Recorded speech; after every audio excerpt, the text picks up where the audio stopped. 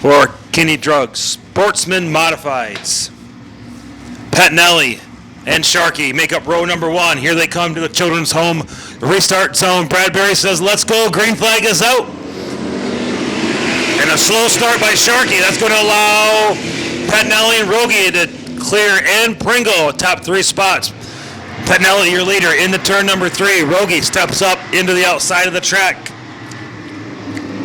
It's going to be Pettinelli leading lap one, Roggie and Pringle. Andre Roggie on the outside of track looking for a little bit of grip. Knocking on the door on the side of Tony Pettinelli. Geoff Pringle throws his hat in the mix. Pringle and Roggie are side by side. Roggie still stuck in the outside line. Oh, contact between Roggie and Pettinelli. Pringle has his nose the inside, makes contact with Pettinelli. He goes around. Pettinelli spinning in the middle of turns 3 and 4.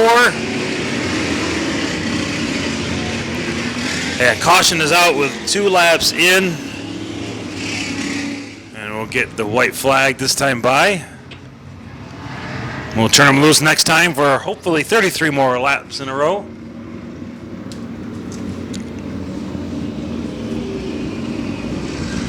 Geoff Pringle is your leader. He can fire first in the children's home restart zone, the red curbing over there on turn number 4. He can fire whenever his car is between those 2 marks.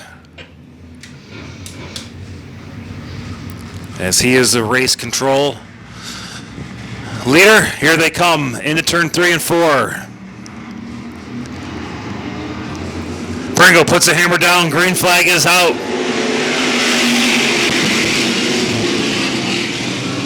Geoff Pringle clears Andre Roggie. Roggie riding in second. Brunelle in third. At turn number 4, Geoff Pringle will have control of this lap. Here's Dylan Bancroft making a little bit of a move. He's up to spot number 4. Dropped Taylor Caprara back 1. Bancroft now looking at the back of the 007 of Brunelle as he tries to continue his march to the front. Joe Papin on the outside, feeling racy. He's going to try to get around Taylor Caprara as they head down the backstretch. Papin on the outside in that number 3. Caprara on the inside in that white 721.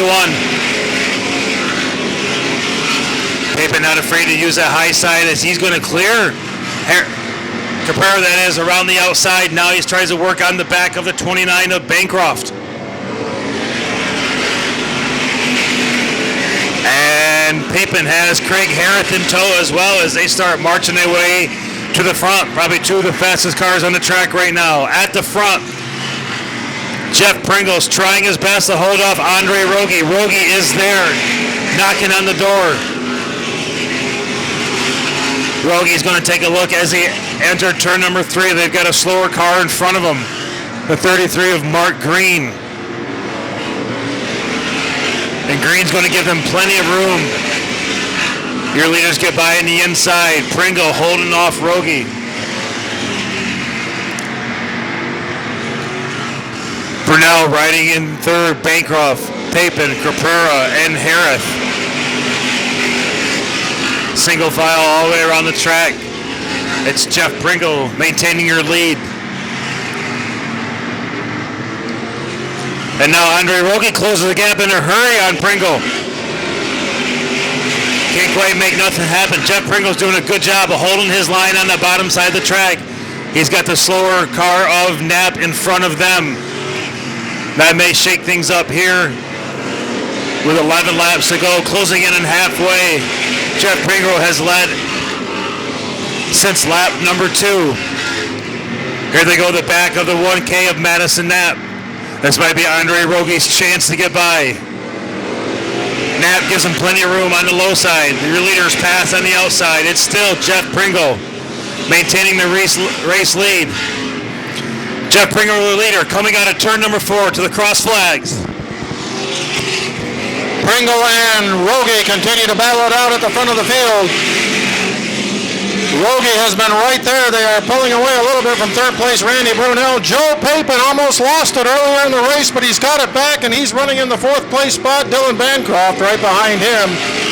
Pringle in the 96. Working on lap traffic, Jason Rarick, the Rodman driver, letting them by, staying in that nice lane, low, real nice. As Andre Roggie, the Casterland driver in the 03, is knocking on the door. Roggie is good at hitting his marks. He is looking high, looking low. Geoff Pringle, Madison Knapp getting cars passing her all over the place. And Knapp stays out of trouble in the number 1. And they're about ready to come down again. Ricky Brunelle is the next car in line that Geoff Pringle is trying to run down. Andre Roggie in the 03. We've got a nice battle up front, side by side between Joe Papin and Randy Brunelle.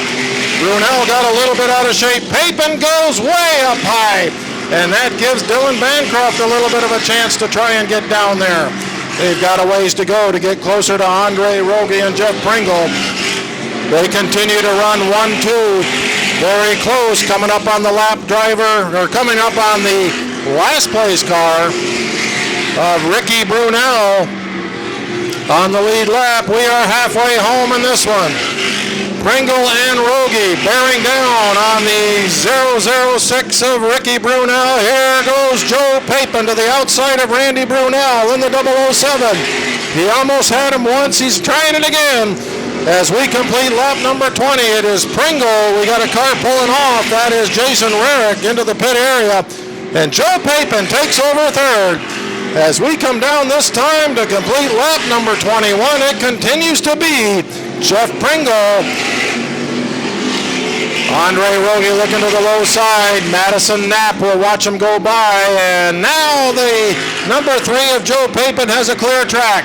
He is going to try and run down the top 2 cars of Pringle and Andre Roggie. Roggie is right there. If Pringle steps out of line one little bit, you've got a guy who's never won a feature race here at Evans Mills Raceway Park. You've got a guy right behind him who has won several, and he knows how to win. And they are coming up on lap traffic now. There goes Roggie looking to the outside, trying to make a race out of it. Roggie inching along now. Pringle, we got a battle up front. Andre Roggie clicking off some pretty torrid laps out there. But it is Geoff Pringle who continues to hold him off, and Joe Papin looks to be closing the gap. Papin running in third. And I think Andre Roggie has said it is time to go. Roggie gets a tire length up onto the outside, but he's not able to make the pass, and Joe Papin's going to make this a 3-car battle.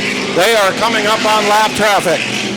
Corey Trombley in the 006 is going to have company. The spotters are telling him, you got company coming behind you. Geoff Pringle in the 96, Andre Roggie in the 03, Joe Papin in the 3, Taylor Caprara running fourth in the 721 a long way back. Bancroft, Heroth, Hargrave, and the 37 of Brian Rygielski. And the 006 of Ricky Brunelle is watching 3 drivers go by.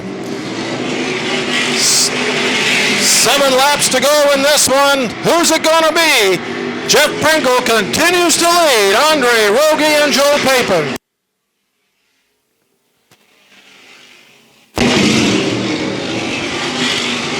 On to turn number 2, it is still Geoff Pringle.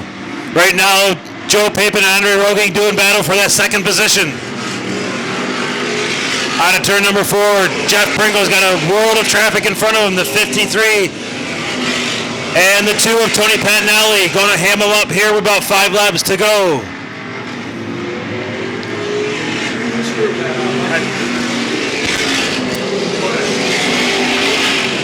Quite a battle with lap traffic out there. Joe Papin right in the back of the 03 of Andre Roggie. Tony Pettinelli goes a lap down. When's the last time we saw that? Here is the 96 of Geoff Pringle. We are getting into the closing laps of this one. Pringle around the lap car. Andre Roggie a little farther back, and Joe Papin trying to do a number on Andre Roggie. We've got quite a battle up front here in this one with lap traffic. 2 laps to go for Geoff Pringle. Can he get it done tonight? To the inside of Kyle Hart. Oh, they get close over there. And Hart going around Madison Knapp. That held up Geoff Pringle a little bit. And Andre Roggie and Joe Papin are side by side. Coming down here for the white flag. Pringle, Papin, Roggie. Joe Papin gets by for second.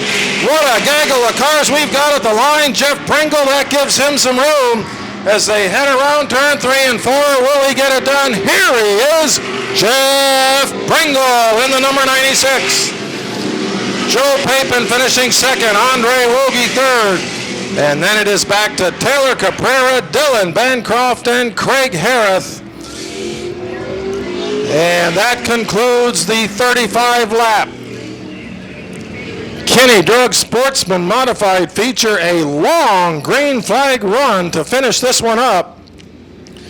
And what a night for the Williamson driver. He lives less than a mile from the Spencer Speedway, but they drive all the way up here to race.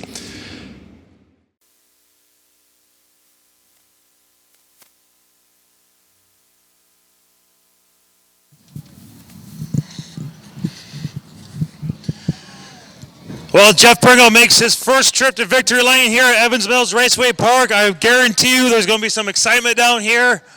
He's been trying the last few years. He's been close, knocking on the door tonight. He cashes his ticket, parks it down front. Here comes some happy family members. We'll let him get unbuckled here, get some high fives. Makes a long drive up here each and every week, as Keith said, from Williamson.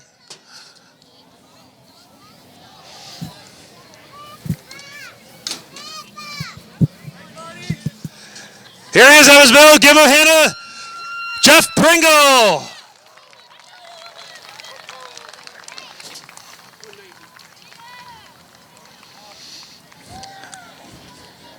Checking over the car, get a big hug from Dad.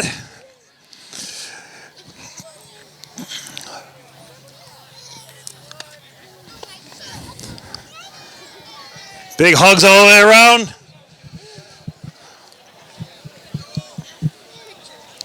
Gets his little guy here. Jeff, you've been knocking on the door for a couple of years. You finally cashed your ticket to Victory Lane. How does this one feel? Oh, this is awesome. This is my first win in a Sportsman. We've been getting pretty close, and it's great to finally get it done. You had a handful there with a bunch of hot rods behind you. Did you know they were there knocking on your door? Yeah, I could feel him. I knew he was getting me coming off of 4.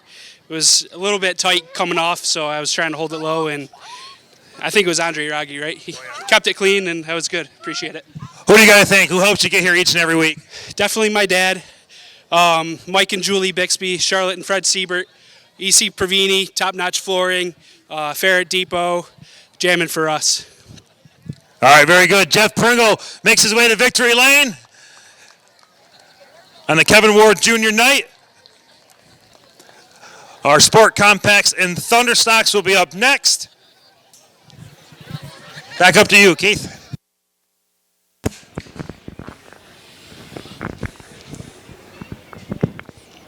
Well, congratulations, Geoff Pringle. The first win is one of the sweetest. You can also tell he's a first-time feature winner. Didn't know where Victory Lane was. They had to point him over there to get there. He'll know now if he ever gets another one. And sometimes you get that first one, the rest just start falling into place. That car was on a rail tonight. The Pringle team also purchasing that 65 Legend that